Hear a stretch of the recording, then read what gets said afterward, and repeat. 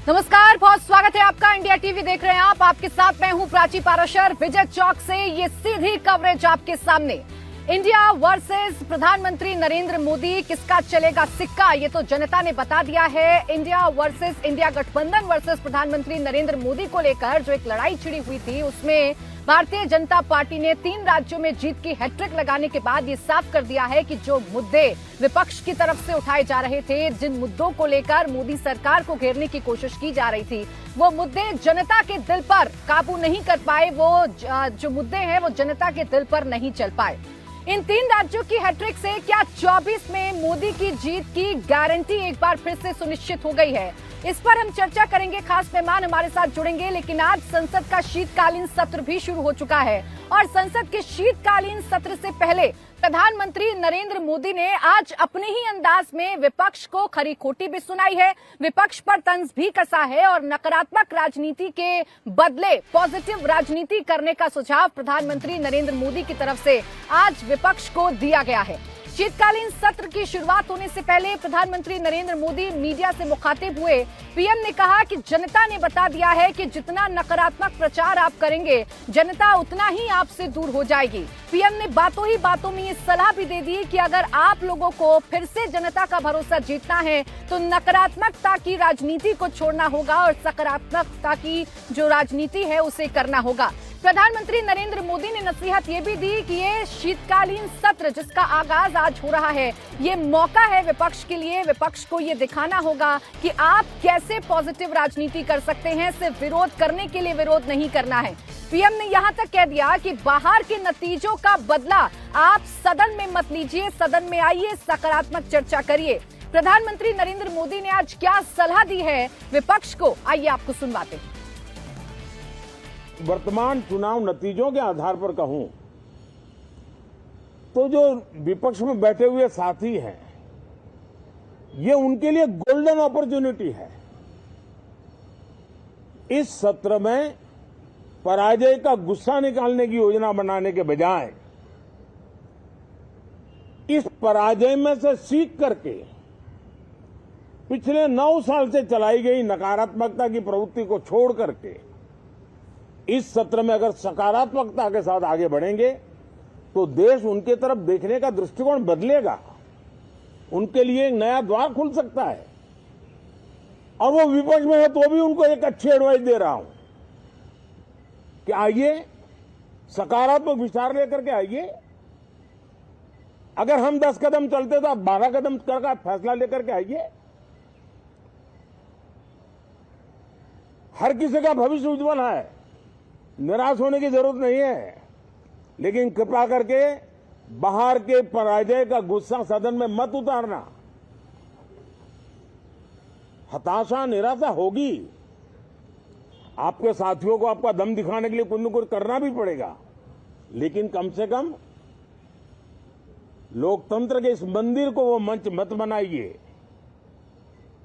और अभी भी मैं कहता हूं, मैं मेरे लंबे अनुभव के आधार पर कहता हूं कि थोड़ा सा रुख बदलिए, विरोध के लिए विरोध का तरीका छोड़िए, देश हित में सकारात्मक चीजों का साथ दीजिए, अच्छी उसमें जो कमियां हो उसकी डिबेट कीजिए। आप देखिए देश के मन में आज जो ऐसी कुछ बातों पर नफरत पैदा हो रही है, हो सकता है वो मोहब्बत में बदल जाए।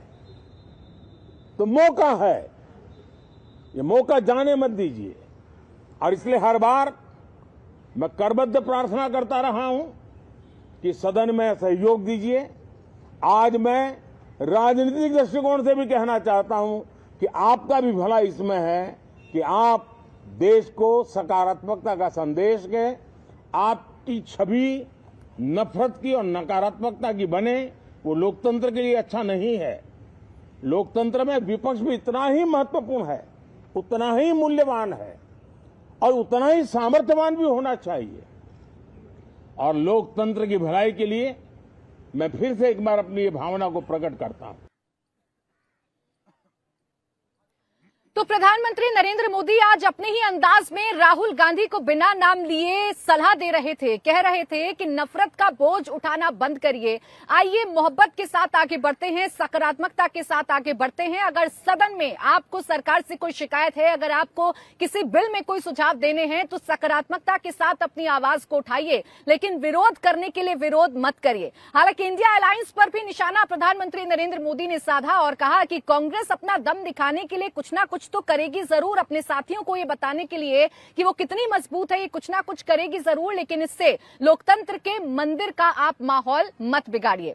आइए इसी पर करेंगे चर्चा। खास मेहमान मेरे साथ जुड़ गए हैं। मेरे साथ है मनोज यादव, प्रवक्ता भारतीय जनता पार्टी, इसके साथ ही अखिलेश कटियार, राष्ट्रीय सचिव समाजवादी पार्टी, और नितिन त्यागी, प्रवक्ता आम आदमी पार्टी। आप सभी का बहुत बहुत स्वागत है। मैं अखिलेश कटियार जी आप ही के साथ शुरुआत कर रही हूं। इन चुनावों के बाद इंडिया गठबंधन का क्या होगा, इंडिया अलायंस का क्या होगा, ये सबसे बड़ा सवाल है। आप सबसे पहले ये बताइए, आप हैं इंडिया अलायंस में कि नहीं? जी प्राची जी, जो पहले आपने पूरी बात कही, प्रधानमंत्री जी ने कितनी अच्छी बातें कही। मर्यादा होना चाहिए, भाईचारा होना चाहिए, सार्वजनिक जीवन में रह के हमें किन किन दायरों में रह के बात करनी चाहिए, पवित्र मंदिर है। लेकिन दुख इस बात का है प्राची जी कि उनके अपने लोग इस बात को नहीं मानते। जब ये सदन खत्म हुआ तो रमेश बिधूड़ी जी का जो रवैया था, जिस तरीके की भाषा सदन के अंदर बोली गई, मुझे लगता है ये पाठ वो अपने सांसदों को भी पढ़ाएं, उसकी बड़ी जरूरत है। एक बात। दूसरी बात, हम लोग ये चुनाव कांग्रेस और बीजेपी के सामने सामने थे। इंडिया गठबंधन चुनाव नहीं लड़ रहा था, और जिन 3 राज्यों में बीजेपी जीती है, जिसको ध्यान में रख के ये कह रहे हैं कि 24 की लड़ाई लगभग हमारी साफ है, उन तीनों राज्यों में लगभग पार्लियामेंट की सीटें तो आज भी बीजेपी के ही पास हैं। तो वो एक आइडिया, वो एक आधार नहीं बन सकता जिससे 24 की लड़ाई साफ कही जाए। 2024 में इंडिया गठबंधन में जितने क्षेत्रीय दल हैं वो एक रणनीति बनाएंगे, और वैकल्पिक राजनीति पे हम मुद्दों पे राजनीति करने वाले लोग हैं। मेरे नेता माननीय अखिलेश यादव जी ने कहा कि मुझे किसी व्यक्ति का विरोध नहीं करना है, हम एक अल्टरनेटिव सिस्टम को लेके एक विकल्प की राजनीति देंगे और जनता के दरबार में जाएंगे। लेकिन फिर भी मेरे सवाल का जवाब नहीं आया। आज जो बैठक मल्लिकार्जुन खड़गे ने बुलाई थी, उसमें आप शामिल हुए कि नहीं हुए? नहीं, मुझे उस बैठक के बारे में जानकारी नहीं है, लेकिन हमें यह पता है कि जो गठबंधन इंडिया गठबंधन है, जो माननीय नीतीश कुमार जी, लालू जी, अखिलेश यादव जी, ममता जी, केजरीवाल साहब, जो क्षेत्रीय दल हैं, जो संविधान, लोकतंत्र और जनता के मुद्दों की जो राजनीति करते हैं, हम सब अलायंस अभी एक साथ हैं, और हम 24 में उस साथ में ही जाके लड़ाई लड़ेंगे और जनता के बयानों से तो अखिलेश जी कम से कम ऐसा नहीं लगता है। मध्य प्रदेश, छत्तीसगढ़ और राजस्थान के चुनावों के बाद जैसा खुलकर कश्मीर से लेकर और कन्याकुमारी तक आवाजें आ रही हैं, उसे देखकर तो कम से कम कहा जा सकता है कि इंडिया गठबंधन में सब कुछ ठीक नहीं चल रहा है। ये जवाब मैं नितिन जी आपसे भी जानना चाहूंगी। प्रधानमंत्री तो आप लोगों को सलाह दे रहे हैं, कह रहे हैं कि देखिए निराश मत होइए, आपका भविष्य भी बड़ा उज्जवल है, बस आपको करना यह है कि नकारात्मक राजनीति को छोड़ना है, सकारात्मक राजनीति को अपनाना है। मानेंगे ये सलाह? बिल्कुल, प्रधानमंत्री जी बिल्कुल ठीक कह रहे हैं। नकारात्मक राजनीति को छोड़ना चाहिए और सकारात्मक राजनीति को अपनाना चाहिए। दिल्ली में देखिए, हम लोग काम करने की कोशिश करते हैं, प्रधानमंत्री जी और उनकी पार्टी जो है रोकने की कोशिश करती है। आशा करते हैं कि जो है प्रधानमंत्री जी इस बात को दिल्ली की अपने लोगों को भी समझाएंगे, जो लोग इसके बीच में पड़ते हैं, दिल्ली के जनता के काम के बीच में पड़ते हैं, उन्हें भी रोकने की कोशिश करेंगे। तो जो सब चीजें वो कह रहे हैं, मैं उनकी बात, जो कि भाषण बहुत अच्छा देते हैं प्रधानमंत्री जी, इसमें कोई डाउट नहीं। अगर देश में कोई सबसे अच्छा भाषण देता है तो प्रधानमंत्री जी देते हैं। बस वो सारी बातें मानी भी जाएं, और इतने सारे वादे अभी किए हैं हम लोग दिल्ली में, जो जो वादे करके आते हैं वो पूरा करने की कोशिश करते हैं। वो सब वादे राजस्थान में, मध्य प्रदेश में, छत्तीसगढ़ में होते हुए नजर आएंगे तो और अच्छा लगेगा। और जहां तक इंडिया अलायंस की बात है, डेफिनेटली इंडिया अलायंस साथ में है, और लोकसभा चुनाव के लिए इंडिया अलायंस बनाया गया था। बहुत सारे लोगों ने भ्रम फैलाने की कोशिश की कि विधानसभा चुनावों में इंडिया अलायंस तितर बितर है, ये है वो है। नहीं, विधानसभा अलायंस के लिए इंडिया अलायंस बना ही नहीं था विधानसभा चुनाव के लिए, ये लोकसभा चुनाव के लिए बना है। और लोकसभा चुनाव में क्षेत्रीय दल सारे के सारे मिलके चुनाव लड़ेंगे और मुद्दों की राजनीति करेंगे। क्षेत्र के मुद्दों की राजनीति ही करनी भी चाहिए और कभी भी ये कोशिश नहीं करनी चाहिए कि जाति और धर्म के नाम पे पब्लिक को जो है बांट के वोट लिया जाए। इस तरीके की नकारात्मक राजनीति को धीरे धीरे रोकना पड़ेगा। अपने अलायंस के पार्टनर्स को देनी पड़ेगी ना, जहां जाते हैं अलायंस का पार्टनर हो या ऑपोजिशन हो, अलायंस वहां वो तो आरक्षण की बात करने लगते हैं, जनगणना की बात करने लगते हैं। तो ये तो आपको भी समझाना होगा कि मत करिए, इससे आपको बुरे परिणाम भुगतने पड़ रहे हैं। हम तो ये भी कह रहे हैं कि जो है राजस्थान के चुनाव को या मध्य प्रदेश के चुनाव को इंडिया और पाकिस्तान की वॉर मत बताइए। हम तो ऐसे भी लोगों को रोकने की कोशिश करते हैं और लोगों को बताते हैं कि ऐसे लोगों के भ्रम में आए ना, ये लोग भ्रम फैलाते हैं, ये लोग काम नहीं करेंगे, ये लोग नौकरी भी नहीं देंगे जो ये वादा करेंगे, ये लोग आपके पैसे भी नहीं देंगे 15 लाख जो कहेंगे, ये महंगाई भी बढ़ा देंगे, ये शिक्षा की बात नहीं करेंगे, स्वास्थ्य की बात नहीं करेंगे। हम लोगों को बताते हैं, हम इन्हीं मुद्दों पर काम भ्रम फैलाने का आरोप दूसरों पर लगा सकते हैं, लेकिन आपके अपने अलायंस के पार्टनर ये कह रहे हैं कि कांग्रेस का घमंड कांग्रेस को ले डूबा। अब ये किस तरीके का अलायंस, इस पर आकर चर्चा करूंगी। लेकिन मनोज जी, आपके देखिए दोनों ही साथी खड़े होकर कह रहे हैं कि आप सकारात्मकता का पाठ हमें पढ़ा रहे हैं, पहले खुद तो सीख लीजिए। आपके नेता कैसे कैसे बयान देते हैं, पहले उस पर तो लगाम लगा लीजिए। प्राची जी, जो तीनों प्रदेश के अंदर भारतीय जनता पार्टी की जो प्रचंड जीत हुई है उसमें माननीय नरेंद्र मोदी जी की गारंटी, उनकी सकारात्मक सोच, सुशासन की भारतीय जनता पार्टी की नीति, अंत्योदय का दर्शन और किस तरह से जो सबका साथ सबका विकास की जो राजनीति है वो सब प्रतिफल के रूप में सबके सामने आई है। और जनता ने जो हमें विश्वास दिया है वो साफ साफ दिखाता है कि नरेंद्र मोदी जी की गारंटी, नरेंद्र मोदी जी का नेतृत्व, माननीय नड्डा जी की रणनीति, माननीय गृह मंत्री जी की रणनीति, हमारे संगठन की कुशलता और जनता जनार्दन का जो हमारे ऊपर विश्वास है वो दिख गया है और सबको पता लग गया है। जहां तक एनडीए गठबंधन का सवाल है, घमंडिया गठबंधन का सवाल है, तो मैं पूछना चाहता हूं कैसे मुद्दों की लोग राजनीति करते हैं। सनातन को एड्स बोलना ये इनका मुद्दा है, मलेरिया बोलना ये इनका मुद्दा है, प्रधानमंत्री जी के पिता को अपमानित करना ये इनका मुद्दा है, प्रधानमंत्री जी को पनौती बोलना ये इनके मुद्दे हैं। ये कैसे मुद्दे हैं? और ये यहां पर बड़ी बड़ी बातें करते थे, सेमीफाइनल चल रहा है, सेमीफाइनल चल रहा है। सेमीफाइनल अब देखिए कौन जीता कौन हारा। इंडी गठबंधन का एक और बोल रहे थे कि ये हमारा लिटमस टेस्ट है, तो लिटमस टेस्ट कैसा हुआ? अखिलेश जी गए थे मध्य प्रदेश में चुनाव लड़ने के लिए, तो उनको अखिलेश वखिलेश कह के बुलाया कमलनाथ ने, जिस तरह सबके सामने आया। और आम आदमी पार्टी छत्तीसगढ़ में गई थी तो भूपेश बघेल को चोर बोल रही थी, डकैत बोल रही थी। तो ये कैसा गठबंधन है, कौन सा बेमेल गठबंधन है? तो सबको दिखता है कि अपनी टीआरपी कमाने के लिए, फोटो सेशन के लिए ठीक है, टीआरपी के लिए ठीक है, लेकिन जनता जनार्दन के मुद्दों के लिए ठीक नहीं है, क्योंकि ये तुष्टीकरण की राजनीति करने वाले लोग हैं, ये बांटो राज करो की राजनीति करने वाले लोग हैं, ये जातिवाद की राजनीति करने वाले लोग हैं, ये व्यक्तिवाद की राजनीति करने वाले लोग हैं, कुर्सी के लिए लड़ने वाले लोग हैं। इन्होंने मुद्दा उठाया कास्ट सेंसस का, ओबीसी का मुद्दा उठाया, धराशायी हो गया। भारतीय जनता पार्टी को तीनों राज्यों के अंदर सभी वर्गों का हमें वोट मिला है और ये साफ दिख गया है कि जो जीत की हैट्रिक लगी है वो 2024 में भी माननीय नरेंद्र मोदी जी जीत की हैट्रिक लगाएंगे और 2024 के अंदर भी माननीय नरेंद्र मोदी जी प्रदेश के प्रधानमंत्री होंगे। ठीक है, बहुत छोटा सा जवाब अखिलेश जी इस पर दे दीजिएगा। देखिए, इन तमाम बयानों को आप इग्नोर तो नहीं कर सकते। मध्य प्रदेश के चुनावों में जो कुछ हुआ, जो तल्खियां आप दोनों पार्टियों के बीच में देखने को मिली, वो तो देखने को मिली। और पीएम के खिलाफ जो नकारात्मक कैंपेनिंग की गई उसका खामियाजा तो भुगतना पड़ा ना कांग्रेस को। इस बात से सहमत है मनोज जी ने जो कहा। हमारा गठबंधन है, प्राची जी हम लोहिया के सिपाही हैं और लोहिया जी एक बात कहते थे कि कहने और सहने की मर्यादा से लोकतंत्र चलता है, असहमति की गुंजाइश हर लोकतंत्र में होनी चाहिए। हमारे गठबंधन में क्या दिक्कतें हैं, उससे क्या हो रहा है, उस पे भारतीय जनता पार्टी इतनी चिंतित क्यों है? कि रात में डर तो नहीं लग रहा है कि जब ये क्षेत्रीय दल इकट्ठे होंगे तो 24 में हमें विदा कर देंगे?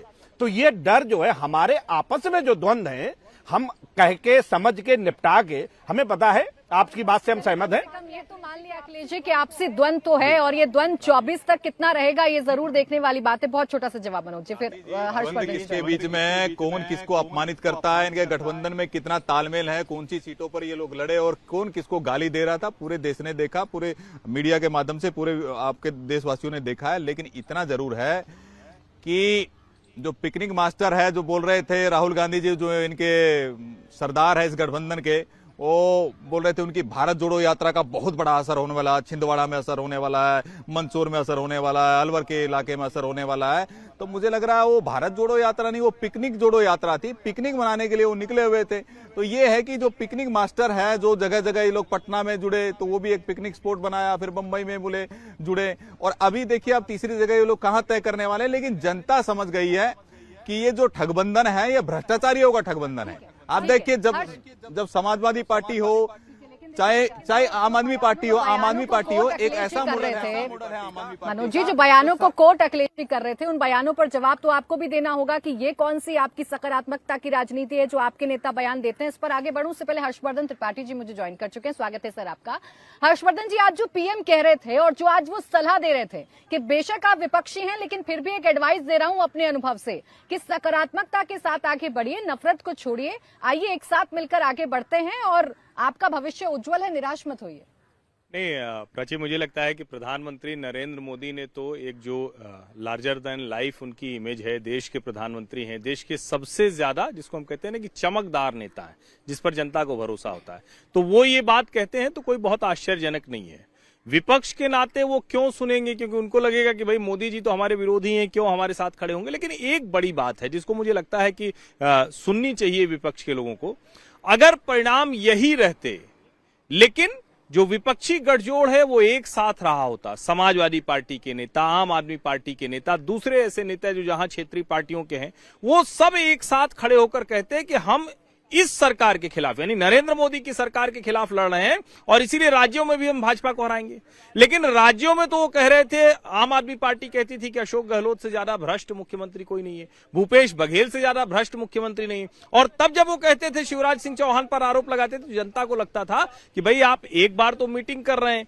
तो विश्वसनीयता का संकट बड़ा है और मुझे लगता है राजनीति में चाहे जो कालखंड रहा हो, अगर नेता और पार्टी की विश्वसनीयता खतरे में है तो जनता उसको स्वीकार नहीं करती। यहां तो अलग अलग दलों को विश्वसनीय होना, यानी पहले आप विश्वसनीय हो अपने कैडर के साथ साथ दूसरों को भी वो भरोसा दिलाएं, यहां बहुत बुरी तरह से चूक गई है। अब कैसे उसकी भरपाई कर पाएंगे ये इनके लिए बहुत मुश्किल दिख रहा है। और देखिए वो मंथन का दौर शुरू भी हो गया है, बाकायदा आज तो बैठक भी बुलाई गई इंडिया अलायंस के नेताओं की। लेकिन प्रधानमंत्री नरेंद्र मोदी जो कुछ बोल रहे थे और जिस तरीके की जीत की हैट्रिक 3 राज्यों में लगाई है प्रधानमंत्री नरेंद्र मोदी की गारंटियों ने, उसके बाद पीएम का कैसे स्वागत सदन के अंदर किया गया, आपको वो तस्वीरें जरा दिखा देती हूं। सदन के अंदर बीजेपी सांसद ताली बजाकर, हाथ उठाकर प्रधानमंत्री नरेंद्र मोदी के नाम के नारे लगाकर पीएम का स्वागत करते हुए नजर आए।